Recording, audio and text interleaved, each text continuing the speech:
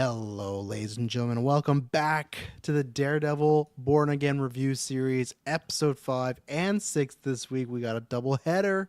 I am the wee Charles Dickens character, Tress Now, I'm joined by...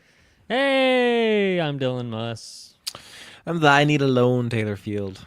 Need alone, yeah. This is going to be an interesting episode. No Kirkland today. He's hopefully going to be on next week. He said he's between Cherryville. Never heard of Cherryville. I think this is a lie. Cherryville's a great place. I've been there lots of times. Nah, I don't believe you. It's beautiful. I don't believe you. I've never heard of it, but I'm the worst person to ask because there's still roads in Kelowna I haven't heard of. I am the worst with... I don't Well, you know should how know like towns that are close to our city. Yeah. I know I think he's Vernon and lying. West Kelowna. I know I Have don't you believe heard you of either, Have you heard of Taylor. Oyama? Do you know Oyama? like the speaker brand, yeah, but the town, not really. That doesn't sound too familiar. Man, it's lake But- country. No, I'm bad. Like social studies, geography, that is the worst. I need landmarks. When Emily's like, "Oh, it's this road," I'm like, "Is that by a movie theater?" Is Do that you by know that?" north, south, east, west? Oh no. North, Oh my south, God. east, west? I don't think I do. No. You know that we're in southern Canada, right? And Yeah, you know that- I found that out because of our meme. That's the only reason I Yeah, knew that, though. okay. But yeah, so even when I started to work, at You know your Interior lefts and Health- rights?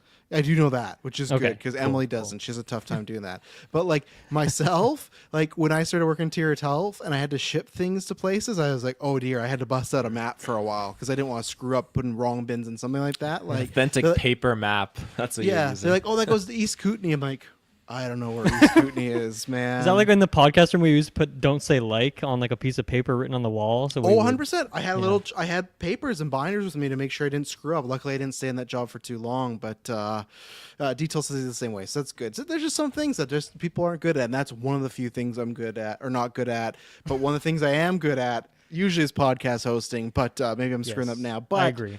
I'm good at watching Daredevil Wednesday every 6 p.m. PST. And that's what we're going to talk about today. Yeah, Kirkland should be back next week. Funny You're good at enough- watching on a Wednesday?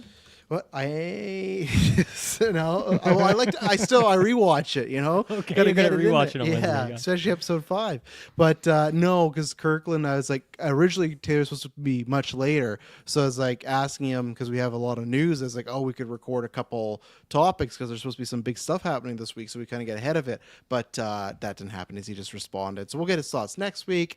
We're going to talk about non-spoilers, of course. We're going to just combine the episodes. I think that's a safe thing to do with episode 5. Maybe I'm wrong here, but I think one episode more than the other has stuff to talk about. So if you haven't seen them both, we're just going to give you our broad thoughts and generalizations, and then we'll take our break, and then we'll get into spoilers. So Mr. Field, how did you feel about this batch of episodes? Also, we got a double last time when it premiered, 1 and 2, and we got another double here. Where are you? Obviously, last week, lots of hype with Frank being back, and we're sending some stuff up, but some different routes maybe we took with these episodes. Yeah, one is clearly just a filler, if I'd ever seen one, and the other one was definitely moving the story along. Is it bad that we got a filler? No, not at all. I had some fun with it. I think it was kind of weird, I guess, because I feel like they took, out of everything in the MCU, they took something that I felt like is kind of like, I don't know if lighthearted is the right word, but it kind of like an innocent humor, kind of like a little bit more like an adolescent kind of a like approach, like, and they just were kind of like taking that kind of humor and putting it into a show that's like, yo, I'm gonna fucking kill you, like just really this dark staircase scenes and stuff like that. So it caught me off guard where the two kind of met in the middle, but I appreciate it because I think that you're showing where your flexibility is in the MCU and how they can kind of bridge the gap between different things so far where we're used to the MCU being one way, and then you have Deadpool and Wolverine, and you have Daredevil, and you have this kind of darker tone that's being implemented for the first time into the MCU. So it's cool to see the expanding world kind of connect. So I like that, and I think there was still a lot of fun in that episode. The next episode was just, like I said, great, moving the plot forward, and some other things too that I really enjoyed seeing. Just some fun things, but I guess I maybe have like a couple questions. Well, maybe not. Maybe it's not really a question. It's, I guess, yeah, it's just to see. I guess I'll have to just wait and see where it's gonna go because I feel like they were highlighting some things, and I thought, okay, are they doing this because they're gonna be? Is this building up towards something? I don't know, but ultimately, I just think that okay, we've really kind of picked up the pace a little bit, and now we've got. I can never remember how many 10 episodes total, right? Or is it 8? We only got 9. 3. 9. Okay, we're down to the 3. The We're final all hat good at trick. different things. You know, Yeah. some of us can't remember episode That's counts. right. Episode counts. No, yeah. That's right. So the final hat trick is upon us, and I'm looking forward to where we go with it because the episode 6 definitely it got juicy, I'd say, and I really like the ending. It was a pretty big cliffhanger. Dylan, are you juicing for the hat trick? I'm juicing for the hat trick. How am I feeling on the 2 trick, the duo we got this week? I think we got a 2-for-1 pack of duds this week. I was very low on both of these episodes, particularly episode 5. I think is just, it just felt like it didn't even reach like PG levels of, I don't need like a hyper violence, I guess, but this just felt like so by the numbers, so basic, so uninteresting, and so like sterile that I just. What a waste of time! Like Taylor's like, yeah, I'll take a filler episode. I don't want a filler episode of this. What it is. Now there's a couple interesting things that happen in there, but for the most part, like, goddamn, I wish that was cut down to like a 5-minute sequence in another episode or something. I didn't need a full episode of that.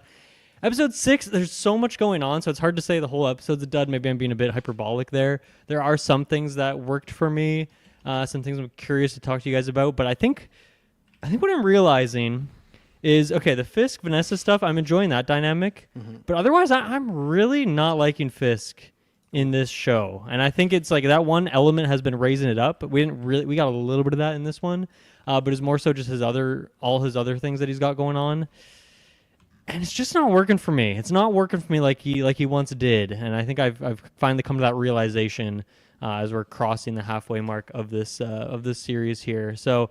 Yeah, and then even the other stuff that like Matt's doing in that episode, it's fine, but everything just felt very kind of predictable and uninteresting in these episodes. So I don't know. I can see why they bundled them together. Maybe just give each one of them a little bit more sauce when that's all you're getting for the week. But even with the combination, it still felt like definitely the worst week we've had so far of this show. But I'm hopeful for where it goes. I think we are still going to have that juicy hat trick to Taylor's point there, but yeah, this is the first time that I'm a little bit lower on the show, I think, than I have been. Yeah, it's funny that Kirkland's not here because I was going to refer to him and I wanted to get his kind of gauge here. And people are going to jump to conclusions when I say this, but just walk with me for a little bit here. He said that last week he's like he could see himself failing the show, and I didn't really understand that because I thought, from what we've got, like we've done this, soon to be August, GV Day, 10 years. It's like we've gotten a lot of stuff, and I just feel like I just don't feel like this is in fail territory. I'll still say for myself, it is not, but these 2 episodes made me more like, oh, I could see someone failing the show now. Like I think it's interesting. I saw somewhere tonight that the writers, I'm not sure who it was, or director, somebody, I was just glanced by it, that said episode 5 was the only episode that was untouched from the original show before they overhauled it. So I was like, well, thank God they overhauled whatever they did, because if that was, and again, it's weird because it's not like. Even episode 5, I couldn't even say it's bad, right? Like if it's just by itself, just like if someone made like a fun little Matt Murdock short film, like, oh yeah, this is kind of fun. It's just the placement of it, and now I know exactly why they did that double episode. Like Dylan said, it's like I guarantee you they looked at these and they just thought, man, if we put this out right now, we're gonna get Aiden alive. Not because the sense of like it's bad. It's not anything like that. It's just it doesn't progress the story at all. And if you're gonna do a bottle episode, you got to do 2 things. Either you have to have a concept that's just so cool. It's like lots of like one of my favorite ones, like in a bottle episode, is like it's a Friends episode where it's New Year's Eve and they're just stuck in the the apartment together, right? And lots of hijinks happens. Like, oh, nothing progresses, but this is just a fun episode where they're stuck in one room and they're having a good time. It's like they're waiting to see the lottery numbers drop and someone loses the number. All this stuff happens. Or even like if it's something where it's Breaking Bad, where everyone talks about the Fly episode, The Fly. Not much actually progresses in the show plot-wise, but it informs those characters past, present, and future going forward, directed by the great Ryan Johnson, by the way. And it's like many deep character stuff. I don't think anything was super cool here. So even if this was like we didn't progress, if it was like, oh man, we got like our hallway fight, this like something like that, where it's like, oh, this episode was just so cool. Like it was directed by like I don't know, like if the guy Jad Stahelski, let's say he came in here like I just want to make a badass Daredevil episode and there's no plot, it's just action, like oh cool, but it wasn't that. And I don't think it got Matt to any more of a place. Like sure, he minor sports beat up some guys, but it's like he already was snapping last week. We saw him on a roof training, so it's not like, oh man, like maybe they should have edited him out training last week, and this would have felt like a bigger, wow, we're getting him doing some stuff. So that was disappointing. And episode 6, I think, has some great moments, but it's a messy, I think sloppy type of episode. I think we're getting to some things really too fast. There's just some editing of scenes, even some dialogue, whether it's writing and just even some bad ADR that's sticking out to me.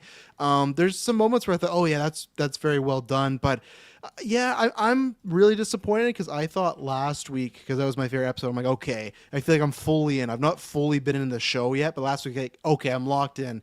And now I feel like I'm just back to where I was 2 weeks ago, where I'm like, I think we're going to get mixed bags here and there. I'm excited for the hat trick. I don't think it's, again, reached a level that's so bad where it's like Secret Invasion. We're like, oh man, we're just going to meme on this. No, it's not that. It's just, I'm really hoping season 2, if they don't do some overhaul, that it's much more concise, because I would have thrown out those filler episodes for more character stuff, especially with some of the elements introduced in episode 6. So yeah, there's some things, definitely some highlights. I'll talk about the things I liked, but not the greatest. Like if I look at 1 to 6 as a whole so far, it's like far and away from the other Daredevil shows. And I'll ask, because I feel like Dylan's with me, because we reviewed these. Terry, you've seen these more recently. Obviously, you just like, we only have the first 6, but is this still like kind of leveling up to the other Daredevil seasons for you, or you've just recently watched it? Do you feel like there's a clear distinction between like those first 3 and this? Because to me, I feel like it's like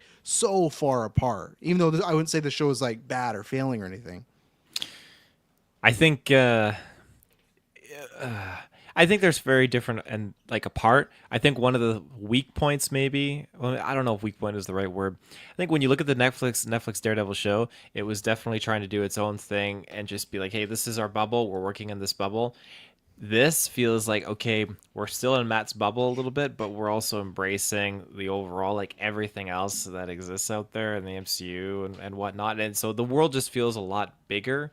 And I feel like, okay, we're just getting like little one-offs here and there, and you're getting this story at the same time, but it's not the same concise little bubble story that we were getting before in the Netflix version, right? This feels different. The characters feel different.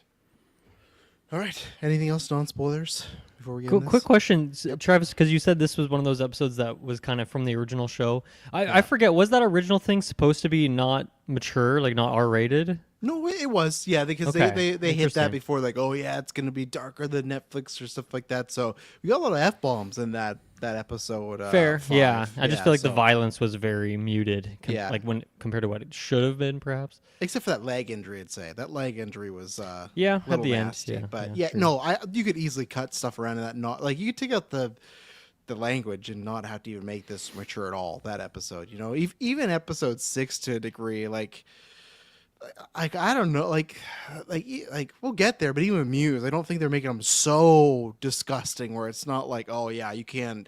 Not that I'm showing my kids this, but I don't think it's our level yet. But maybe we'll get there. So we'll break it down after this first ad break. We'll be right back.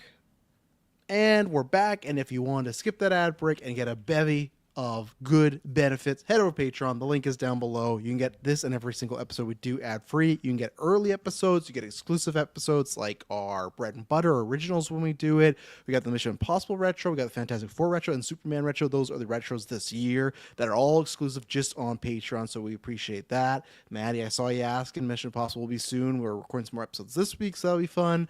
And After 9 will be an After 9, I guess next month. Oh, we're already at the end of March here, but that's our call-in show. So lots of good things. That's the best way to support us. We really appreciate it. And if you can't there, just subscribe on video, audio, join the Discord. However you can support us, that'd be great. We got side quests. You guys dropped Assassin's Creed review this week. Sure did. Impressions, so go check out that. Don't want to spoil anything there.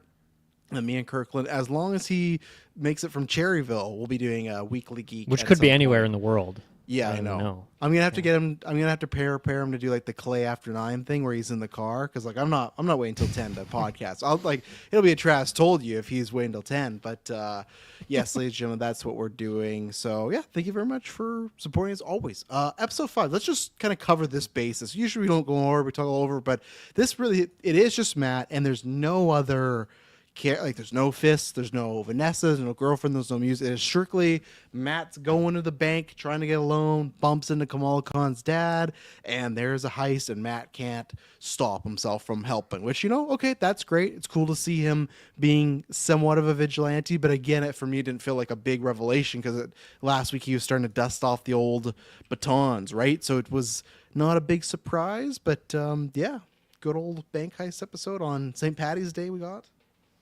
Yeah, the theming felt kind of odd to me. Like they really felt like shoehorned in, and it seems like an odd one to do, but they kind of went for it, and they, amplified it with the city and all that. Yeah, I think the bank robbery stuff. I guess it just felt like I didn't feel like Matt was really outfoxing these people, even though it's like technically what was going on. It just felt like they were such like tier 1 criminals that they were just like giving him so much leeway in all these negotiations and letting him talk and letting him walk around and then like taking him to the bathroom and I don't know, all this stuff that just felt like kind of unrealistic for like a hardened criminal. Was strange to me. Yeah. I said to Emily, I'm like, if you're around a bank or you letting someone go to the bathroom, I'm just saying like, no, I just sorry. piss on the floor. Yeah. I don't care. Yeah. Yeah, wasn't it. even make around you the seem- corner. It'd Yeah, make it you was like a more long- intimidating for the other people in the room Down as the well. stairs. The bathroom was at fucking Mount Dune over here. Like, my God, downstairs, everything. It's like, how long does it take to get to this washroom? And it's like secluded, of course, by itself. I did like at least the initial sequence when he's really playing up the blind factor, walking in there, like doesn't know what's going on until he hears like the shotgun getting charged up, and that's when he like, okay, I'll fall in line now. But he's like trying to see how far he could get with it. But yeah, it just felt like, oh my God, the sequence just went on forever and nothing really interesting happened. Yeah, it's not like we're getting deep character stuff. Like we're getting like, I guess between the lead criminal and like the investigator, the lady who has to kind of talk him down. It feels like if those were characters in the show and we're getting like a fun dialogue between them, but it's like they're kind of just nothing characters. I was not really a fan of either of their performances either. So this whole sequence just dragged for me.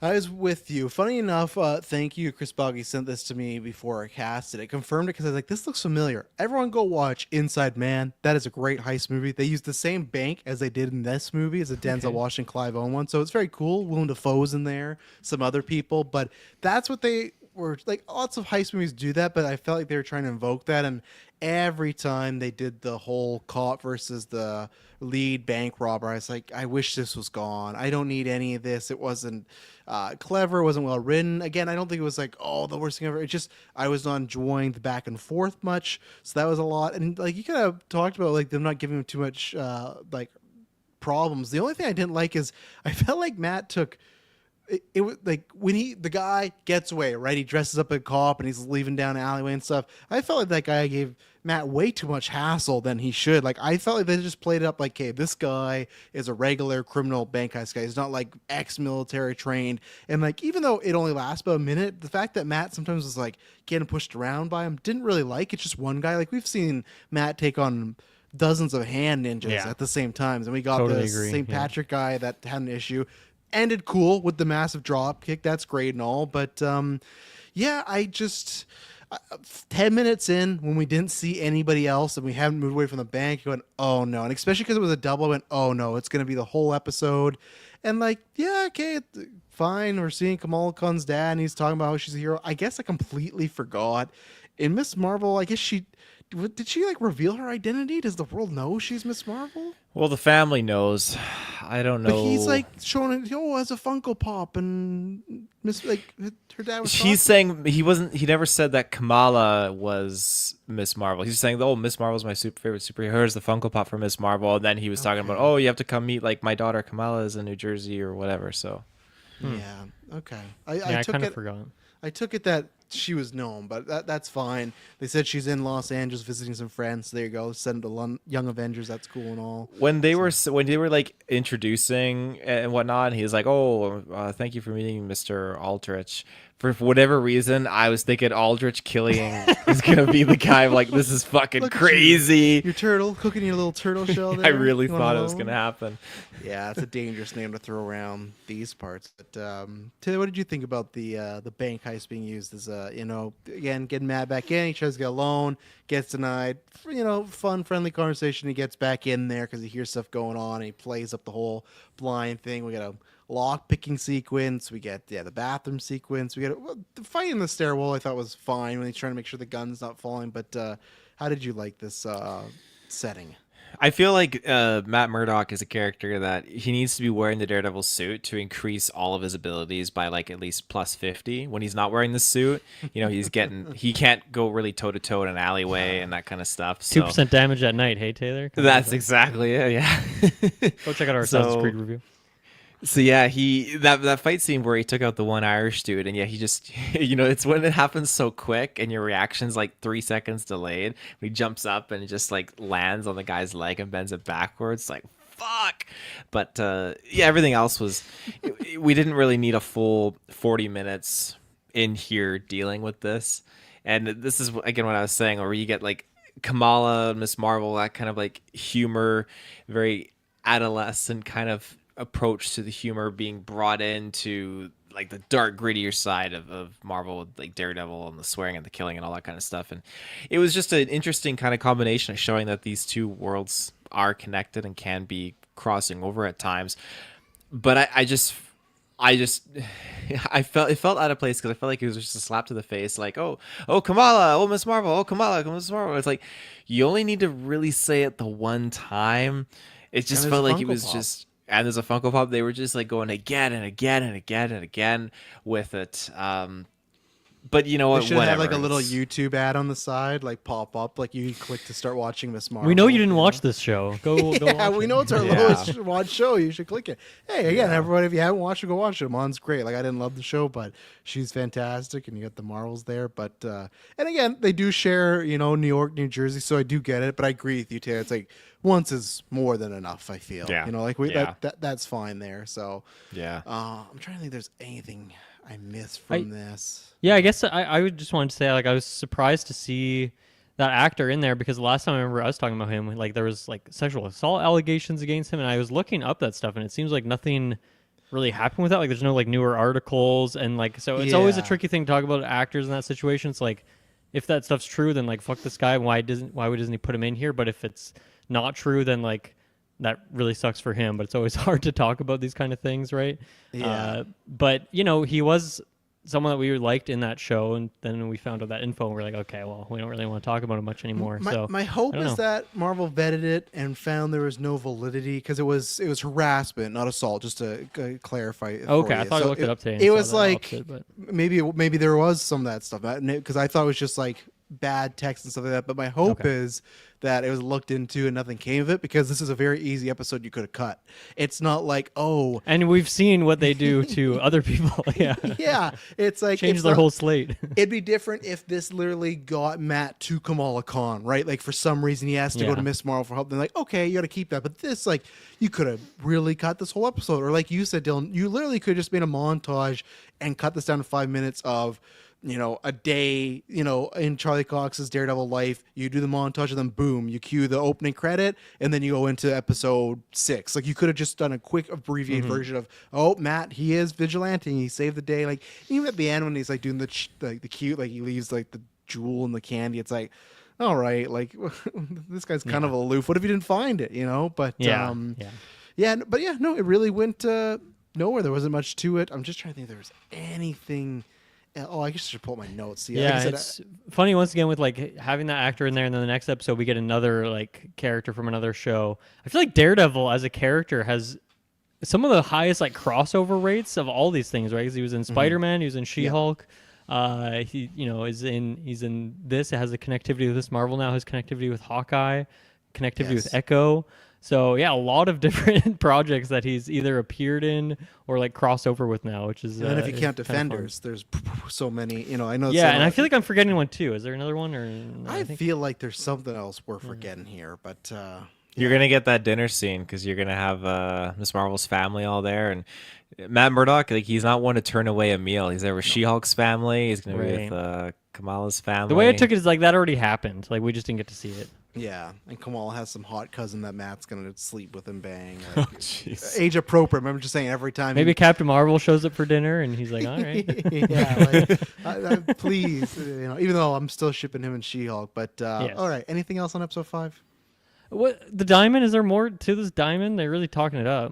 Like, is it I like a thought, is magical this like an power? infinity stone? Like It looked like it. It had like multiple colors in it. I was like, is the this soul stone? yeah, it crushed down to one gem Yeah, size. maybe it'll come back, but to me, I thought it was going to be something, but then when it was just returned, I thought, oh, I guess it's not actually. Like, I thought if it was out there in the open, maybe it was like another white tiger amulet or something like that, where it's like, okay, this has some power, but it just went back to the bank now. So. I thought Matt was gonna keep it actually. When they're like, we don't know where it went. He's like, he didn't get his fucking loan. Yeah, this is justice. Hey, he'll get his loan now. Pawn that thing off for This $2 million. this is justice. Wow.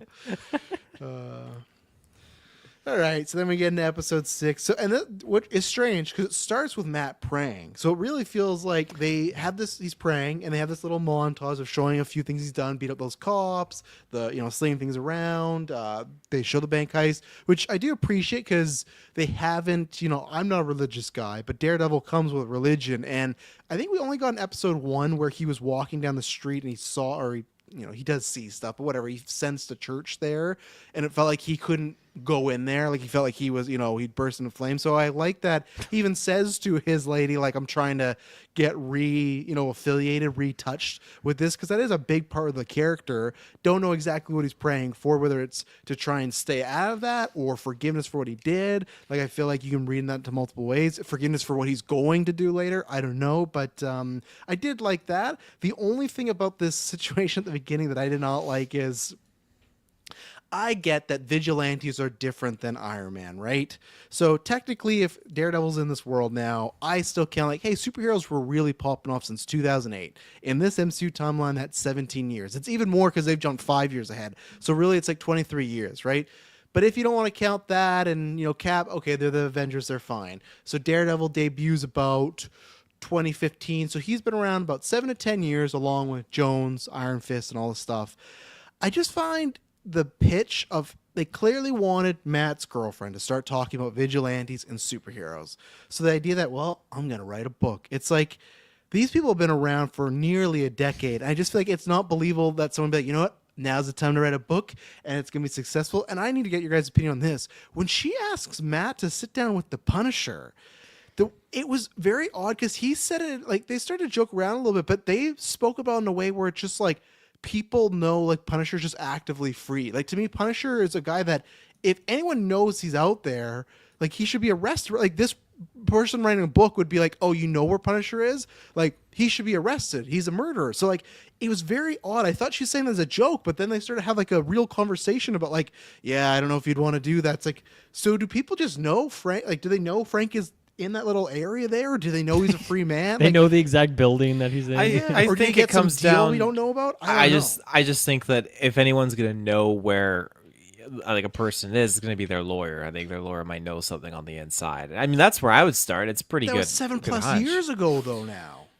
Yeah, and I mean, if Frank has been missing that whole time, I mean, it's just. I think it was a worthy possibility for her to put it in Really? his court, and he didn't dismiss it. So then she probably ran with it, like, oh, he does know. Like, okay, But well, let's she's see. also talking so much about like, oh, these people hide behind their masks and whatnot. But like, that's not what Punisher is. Not Like, at he's a all. different type of vigilante. No, that and whole he's not sequence even a is really. vigilante, really. Like he is. Yeah, but yeah. Doesn't even have a mask.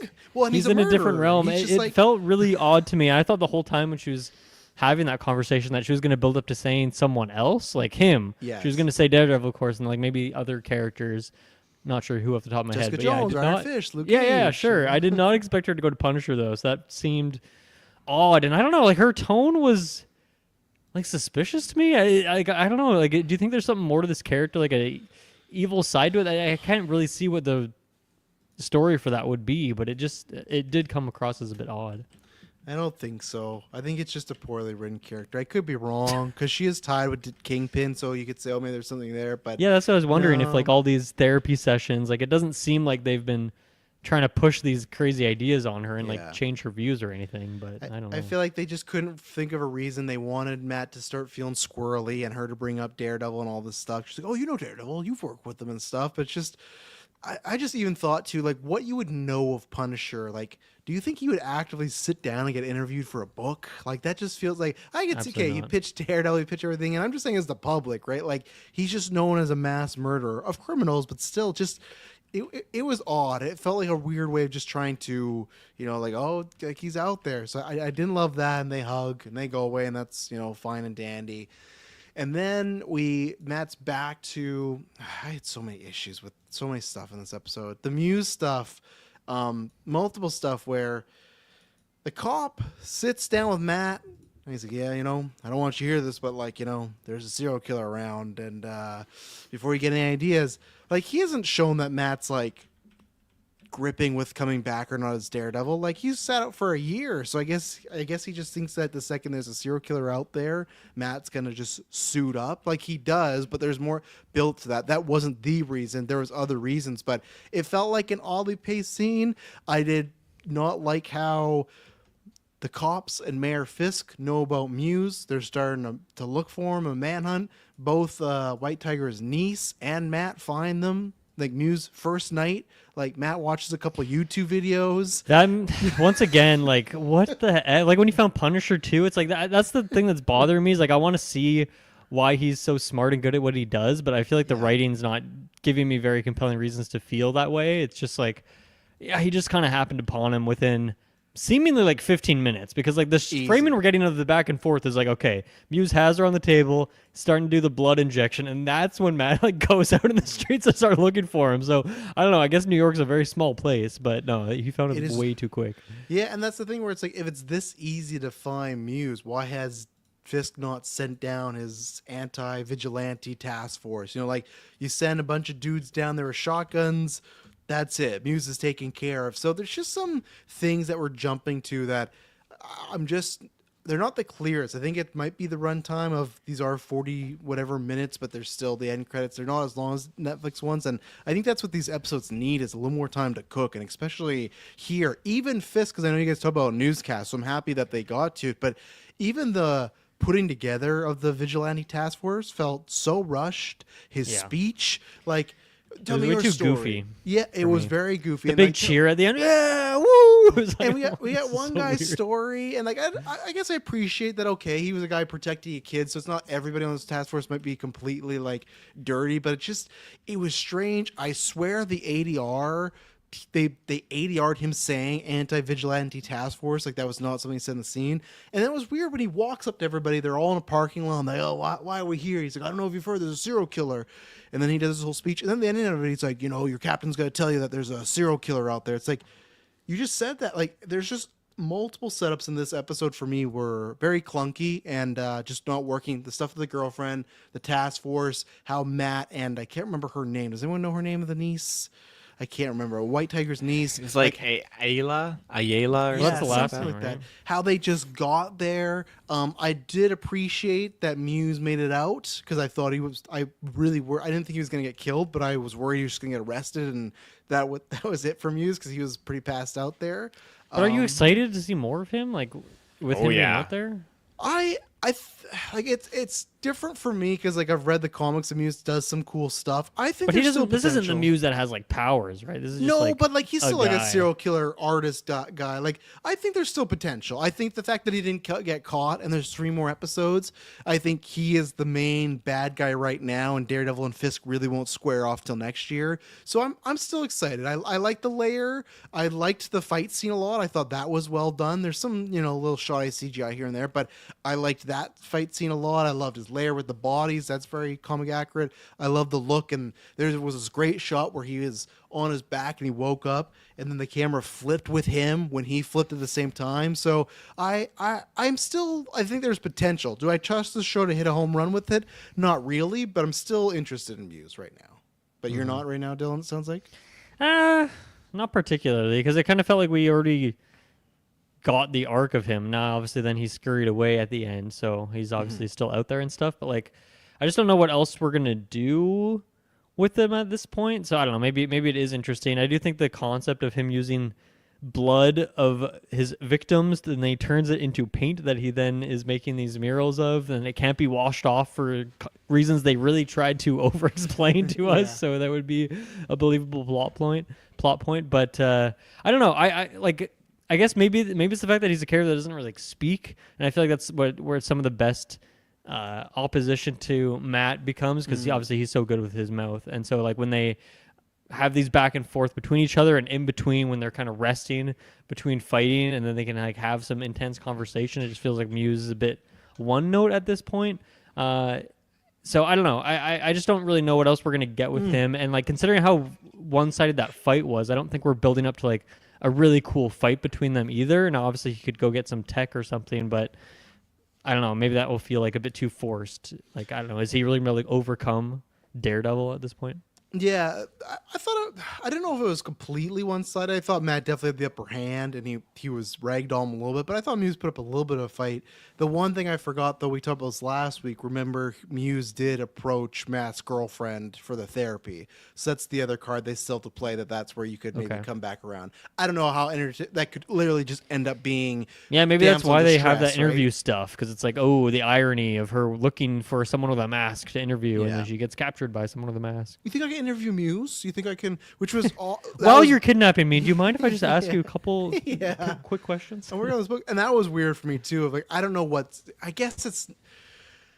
I'll give the show credit, I guess, for this. It's not out there publicly, but I thought it was an odd, again, very rushed, where these two girls just walk up like, "You're Muse," and I feel like I'm fine with if the episodes before we found out, hey, there's this underground artist that's really hot and hip and cool, but like it's not out there that it's serial killer, right? Because Fitz actively said, "Don't put that out there. I want to keep it, close to the vest. We're gonna deal with this ourselves." So that's fine. They answered that. I just felt like we weren't at the point where people were like, "You're Muse, man." Like I know the murals, but I didn't know that people were like actively talking like, "Oh, there's this guy named Muse who dresses up like in a skin tight weird suit and stuff." So that again also felt a little strange for me to get there. So Yeah, something that stood out to me about this episode is I feel like we're not seeing enough of the opposite viewpoint of like the Fisk side of things, because obviously he's got like the cops in his bag now. Really, all we get is like a couple BB interview things that are like 5 seconds long, right? And that's how you see like the people who don't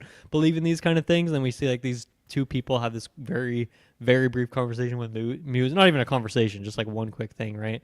And I don't know, it's like that's not really the purpose of Matt or Daredevil as a character. Obviously, he's opposed to Fisk and everything he's got going on, but not in that like political sense. It's like a different realm, a different Yes. battlefield.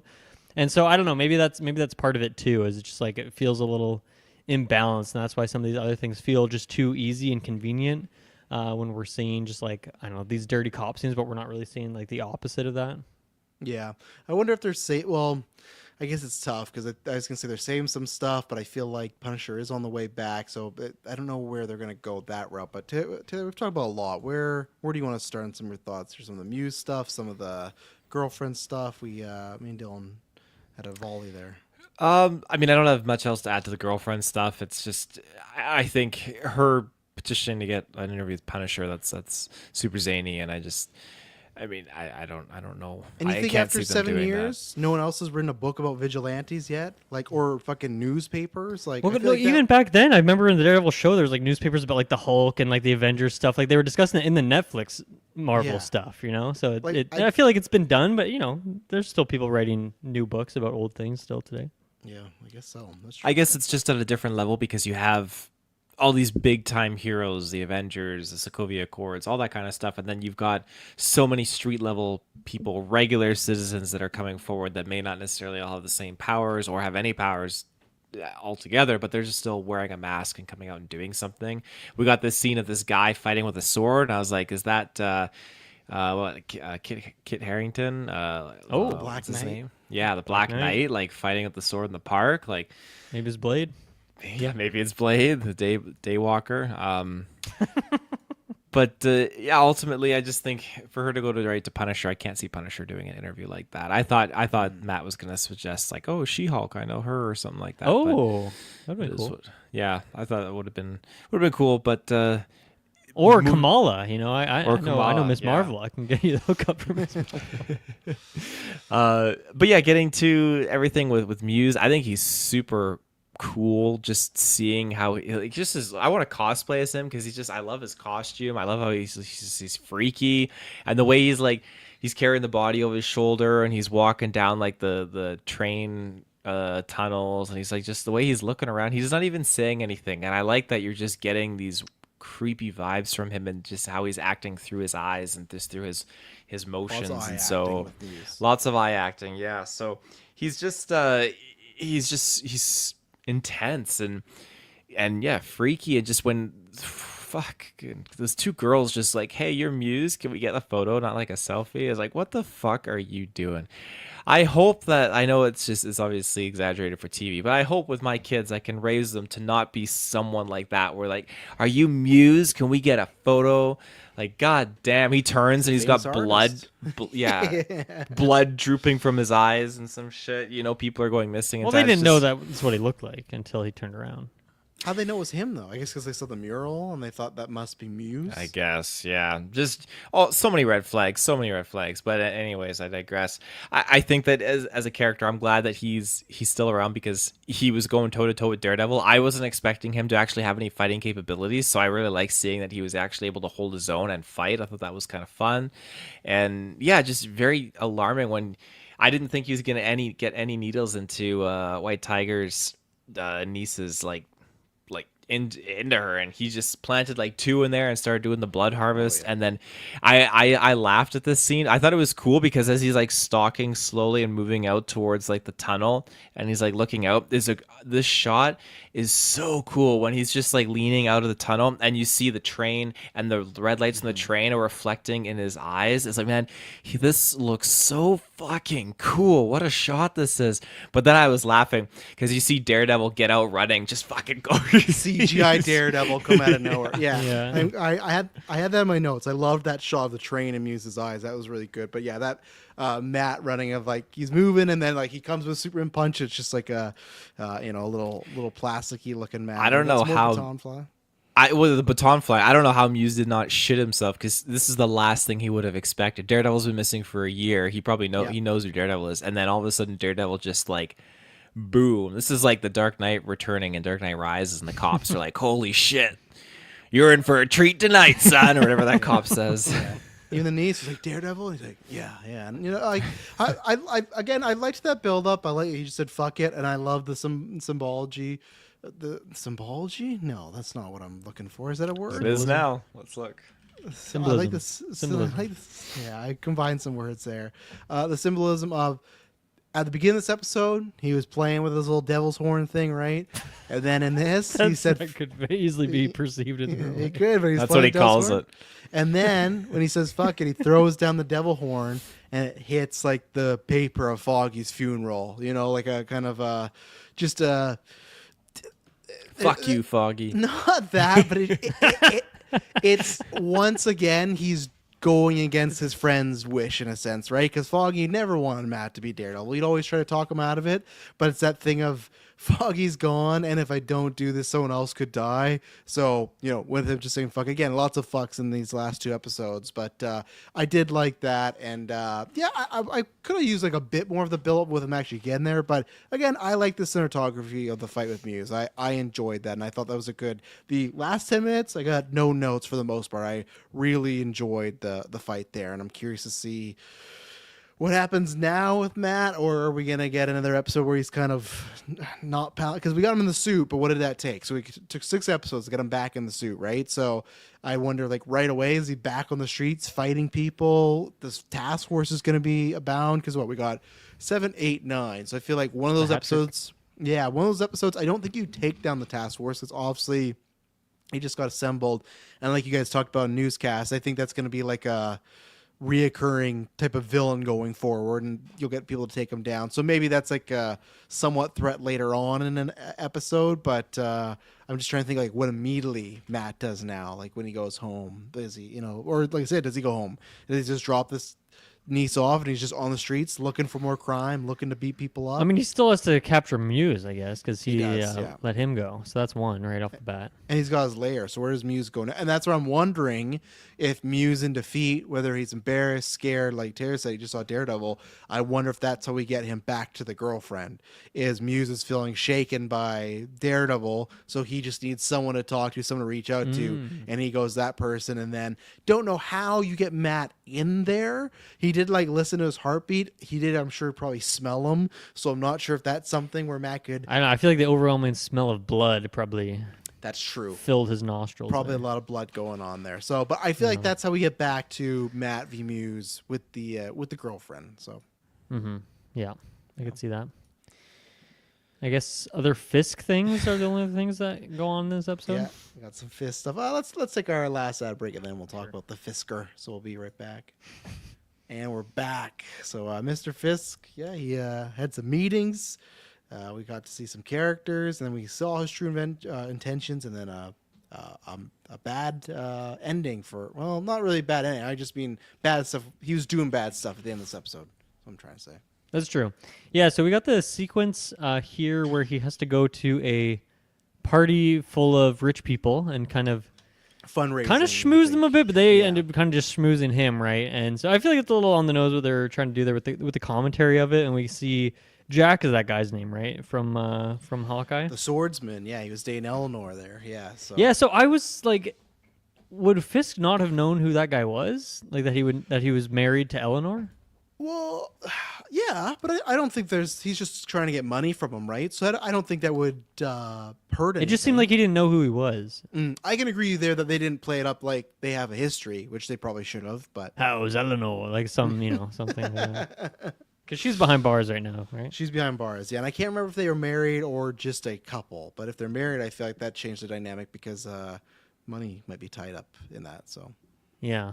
yeah, But I don't know. It's another kind of fun, little connective point here between, I guess, some different series. But yeah, the sequence as a whole, I didn't feel like there's a whole lot to glean from it. I feel like maybe some of the like Trump comparisons once again. I feel like I'm in Clay mode now officially, where Clay has recently talked about he's kind of sick of all these movies and TV shows constantly just like being one-to-ones for Trump. And I feel like maybe I'm at that point with Fisk now too, especially with this sequence and how relevant that is like in the last even month or two here, just in terms of how money can kind of just buy your way into the power and then how it all kind of unfurls from there. So I don't know. The sequence was fine. I feel like we're never going to see any of these characters again, so it's not like we're introducing new people. It's just something to keep in mind in the background. I don't really know what Fisk is going to do about it either. I feel like we're not really going to pull on this thread anymore.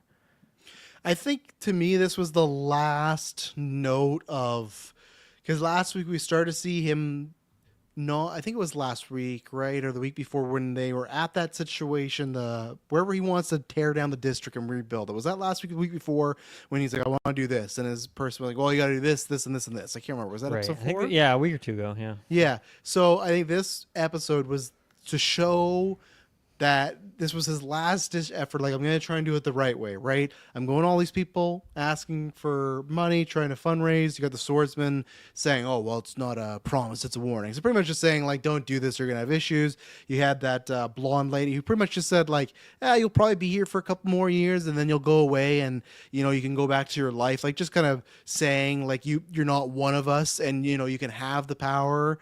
You can have the power position, but it doesn't mean you actually have the power. So I feel like this was just the last push to get him into, okay, now he's going to completely be doing crime mob stuff again, which to me, they kind of, we wonder this. I feel like, I'll wait till the show is done. I feel like they kind of revealed that Fisk was always trying to do this as crime stuff. I don't know if he fell back into it, but she kind of alluded that where she's like, I know why you want to tear down that building and whatever that area. And it's like just all for personal gain for what you used to do.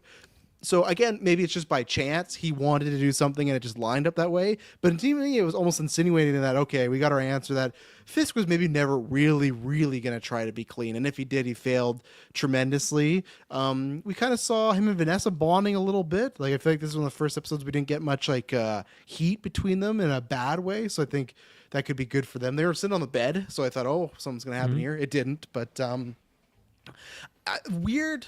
I get what they're doing, and I've seen comic fans excited for it. Weird plot thread that, like, because he's becoming more like Kingpin, he's, like, getting heavier. Not needed for me. It's like, I'm fine if Vincent D'Onofrio is, like, skinnier and lose weight, and he's still, like, evil Kingpin. Like, I don't need Kingpin to be like, oh, whenever he's bad, he's putting on weight. It's like, I don't know. It's like, oh, my suits are ripping. And he even says to Adam, like, oh, I've gained this amount of weight in the last 3 weeks. It's just like... What like, okay, cool. Like, it's a weird kind of thing. So yeah, that's what I thought they were doing with it. Was just to show, okay, he's officially no longer, and he made that deal with that bit, not deal, but he told the guy to pay him 2 million instead of 1.8, or sorry, 2.8 million instead of 1.8 million. That criminal showed up to his office and he's trying doing some dealing and he's like kind of getting some chuckles out of it. So I guess that's what they were doing, is they're just showing that he's, I think, officially done. And then he did the task force thing, right, where they lay out this whole plan and he just like laughs at them all. He laughs at the cop, he laughs at his administration, everything like that. And then he's gonna oversee these people. They're all bad apples, as the cop says. And yeah, they're now officially the anti-vigilante task force. And we covered it earlier. I didn't like the speech. I thought that was kind of not done the greatest. Even we had that dirty copy, like, oh, why are we all here? I even questioned, like, why is he questioning it? Like, no body cam. Like, I feel like what we know this character, he would love this opportunity. Like, oh, I can be a police officer and not be like surveyed at all. Like, he was gonna fucking kill a lawyer, an innocent blind lawyer. Like, so I was even confused why he was confused that Fisk wanted to talk to him. You know, it's like, this to me was like a get out of jail free card for him. But I don't know. Taylor, any thoughts on? Also, we got one other scene to talk about. But any thoughts on Fisk and Vanessa, the business stuff, the anti-task force, etc.? Felt like Fisk and Vanessa were coming closer together, which happy to see that. Felt like they were. She was kind of providing him a little bit of insight into the political side of things, and as he was admitting, this is a whole new ball game for him. He's used to other things, but I liked how he worded it. You know, you're dealing with someone, you figure out what they want most, and you either withhold it or you provide it to them, and they'll do anything for it. I like that how he worded that. That's some of that Fisk that I like in the character. Which that I is feel like funny. we haven't gotten a lot. Yeah, but which is funny because what is he doing to Adam? He's withholding him right now, right? Like what he described he has to do to the politicians. He's doing that to Vanessa. She doesn't know it, but he's withholding Adam in a cage somewhere for her not to talk to or see or make love to, whatever she wants to do with them. You know? Do you Yeah. think she still wants to do anything with him though? I thought she's kind of like over it. I don't think so, but I also don't think she wants Fist to be holding him out like an animal. You know, that might be a line too, especially what's going on now. It's getting real She's bad still, down there. you know, she still thinks about those soft hands. Those hands. I thought he was going to lop him off this episode. I actually thought that was going to happen when he walked down with the axe. I thought that was his goal, Right. and he's going to like present them, but no. Yeah, so like his plan setting up the task force, I like that. I think that's cool, and we're coming full circle, bringing some of the cops in that were kind of corrupt, and it makes sense because they are the ones that were responsible for White Tiger. So I think, yeah, it's fitting for them to kind of be leading the charge here, and just what's going to happen. I'm curious to see where this dynamic is going to go, though, when Matt's girlfriend is I'm assuming when I say this, maybe I'm being bold, obviously going to be taken by Muse, and then that's going to probably involve Kingpin, I'm assuming, because Kingpin and Vanessa, that's their shrink, so they're going to want to figure out what's going on. And so you're going to have this clash, kind of everything coming together between Daredevil trying to get his girlfriend back, and then Kingpin trying to find her with the vigilante anti-task force. So that'll be an interesting kind of clash. I think that's what's gonna, because remember, Fisk gave him the warning, like if you put that costume on, he's gonna rain down holy hell on him. I think that's what's gonna be happening and even Fisk might have like some, like if him and Vanessa feel like this therapist are doing a good job in his eyes, it's like, hey, Muse has abducted this, therapist that's been helping us out. In their eyes right now, maybe they'll have the police track down, like, oh yeah, this creepy guy's been watching the therapist. So he's just gonna think, okay, our therapist has been kidnapped by a serial killer. We should go get her back and kill Muse, right? From his point of view. And what I could see happening is whether he's there or his task force is there, they're going to be trying to do a save while Daredevil shows up to do a save. And that's how Fisk finds out that Matt is back. Because whether he sees it or the task force lets him know, it's going to be like the jig's up. So then for season 2, I think that's where the showdown comes down, because Fisk knows Daredevil's back, and obviously he knows who Daredevil is. And again, don't know why he just doesn't right away go up to his law firm and just shoot Matt Murdock now. I'm interested to see the reasoning, how Matt can get out of that with Kingpin being the mayor, being back to a criminal, knowing his identity. It feels like Matt should have no way out of this situation. Like, I don't know what he can do against Kingpin right now, So that is something interesting. And then he goes downstairs. Obviously, I did like it. They kind of timed the scenes and edited them together where Fisk and Daredevil are both having the re-emerging. Fisk is becoming a full animal again, and going Ben Urich on his ass. Daredevil's kicking Muse's ass. But yeah, he goes down to Adam. And the way they edited it too, he was like walking downstairs with a shadow. I thought he was also heading to the subway, which is an axe by himself. I'm like, wow, this is bold. How did he find him? Yeah, he's really taking charge of this task force. But no, he opens up the cage and he talks about how things got to be. He talked about his weight gain, but he talks about the balance of things and how they got to be fair and how an object can be a great equalizer. So he throws it to Adam. He opens it. It's an axe. Does nothing. Fisk just destroys this man, but Fisk does not kill him. He breaks him down, bloodies him up, beats him, throws him back in the cell, and just is sitting there chilling with him. So I guess this is just going to be like a maybe nightly routine for Fisk, because he's just going to go down there and beat up Adam. That's his dessert, is just beating on Andy a little bit. Like, I thought, okay, he's going to go down and kill him, but no, it's kind of worse. I feel like Adam would maybe want him to just kill him, but he's not. He's just a toy. So I like the scene, and like I said, I think it was just to show, okay, Fisk is fully back now. There's no potential good Mayor Fisk, or he wants to do things by the book. He's going to be a monster going forward, which is good, I think, for the last 3 episodes. And again, I'm really assuming with the task force being in season 2, like, there's no way he should be getting locked up or anything at the end of the season. Like, I'll be very disappointed if Fisk is taken away from power. So that would be really quick if that happened. I feel like now, considering he didn't kill him, I think Vanessa's definitely finding him, and that's going to be the final rift in the. And maybe he catches her. Maybe he walks down those stairs for his nightly beating, and then she's like down there, and she had just found him or something. Not that she was like feeling his soft hands or anything. She just at the wrong time, she spots him, that kind of thing, and then who knows what Fisk has to do to her to get her to not spill that information.